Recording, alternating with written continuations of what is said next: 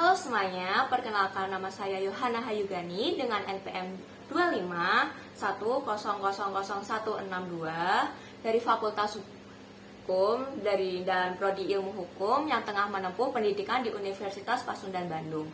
Di sini saya akan menjelaskan mengenai transformasi hukum perdata nasional melalui pembaruan hukum perikatan. Jadi di sini teman-teman, ada nggak ya yang tahu apa itu hukum? Jadi, hukum merupakan cerminan peradaban suatu bangsa. Dalam kehidupan masyarakat modern, hukum perdata, terutama hukum perikatan, menjadi tulang punggung dari seluruh kegiatan ekonomi serta sosial.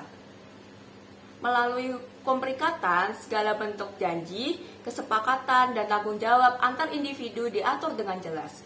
Artinya, setiap interaksi ekonomi, bisnis, hingga kegiatan sosial tidak akan berjalan tanpa adanya dasar hukum perikatan yang kuat dan pasti. Teman-teman, kalau tahu nggak ya, sejak zaman kolonial, hukum perdata di Indonesia banyak dipengaruhi oleh sistem hukum Belanda, terutama melalui BW atau Burgerwet Witbooi. Atau kalau di bahasa Indonesia kan adalah KUH Perdata yang diberlakukan pada tahun 1847. Setelah Indonesia merdeka pada tahun 1945, meskipun sudah tidak ada lagi penggolongan penduduk seperti masa Hindia Belanda, seperti ada bangsa Eropa, dan kita disebutnya golongan bangsa pribumi, tapi KUH Perdata tetap dipertahankan berdasarkan pasal 2 aturan peralihan Undang-Undang Dasar 1945. Hal ini dilakukan agar tidak terjadi kekosongan hukum dan kehidupan masyarakat tetap memiliki kepastian hukum.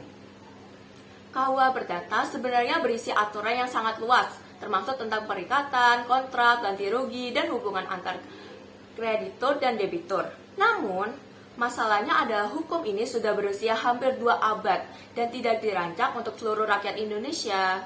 Dulunya, hukum ini hanya berlaku untuk orang Eropa dan Timur Asing, sedangkan penduduk pribumi memiliki sistem hukum adat masing-masing.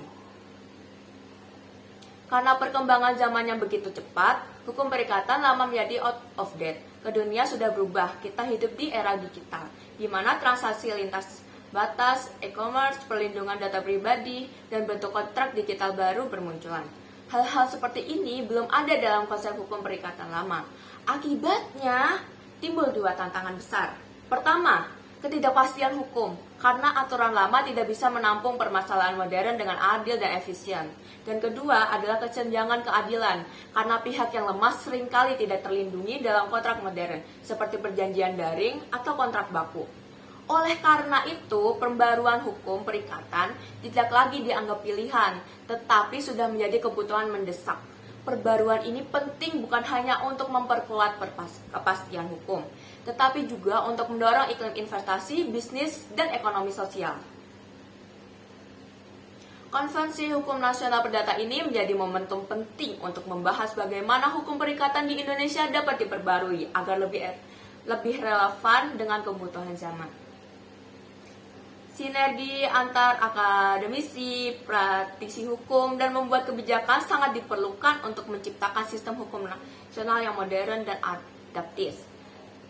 Dalam perbaruan hukum perikatan, ada beberapa hal penting yang perlu diperhatikan. Yang pertama adalah integrasi prinsip-prinsip hukum kontrak internasional, seperti UNIDOT,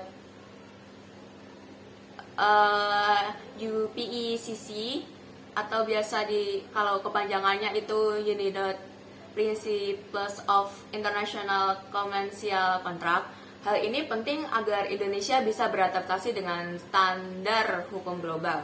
Dan yang kedua, perlu adanya akomodasi terhadap hukum perdata Islam. Prinsip-prinsip hukum Islam seperti kejujuran, keseimbangan, dan keadilan dapat disesuaikan dengan hukum nasional, asalkan tidak bertentangan dengan larangan seperti gharar, maisi, riba, dan hal-hal yang diharamkan.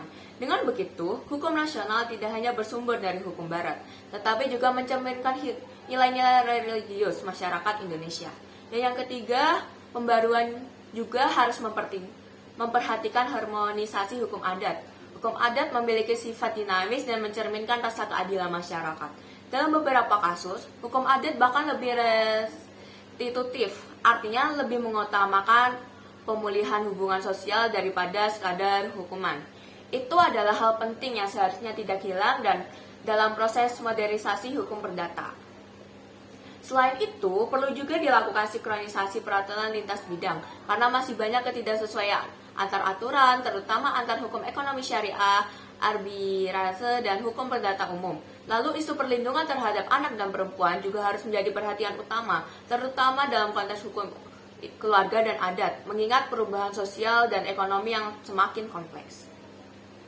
Saat ini, pemerintah telah berupaya memperbarui berbagai warisan hukum kolonial. Lahirnya Undang-Undang Nomor 1 Tahun 2023 tentang KUH Pidana menjadi bukti bahwa perubahan besar dalam sistem hukum bukan hal yang mustahil. Proses panjang pembaruan KUHP bisa menjadi contoh bahwa pembaruan hukum perdata juga bisa diwujudkan melalui kerja keras dan kolaborasi bersama. Tantangan utama kita adalah bagaimana menemukan keseimbangan antara tradisi dan modernitas. Hukum perdata nasional harus modern dan mampu bersaing secara global, tetapi tetap berakar pada nilai dan budaya bangsa Indonesia. KUH Perdata selama ini telah memberikan fondasi kokoh bagi praktis hukum di Indonesia. Namun, fondasi tersebut kini perlu disesuaikan dengan perkembangan zaman. Pembaruan hukum perdata nasional bukan hanya tentang mengganti pasal-pasal lama, tetapi juga tentang membangun identitas hukum Indonesia yang kuat, adaptif, dan berkeadilan.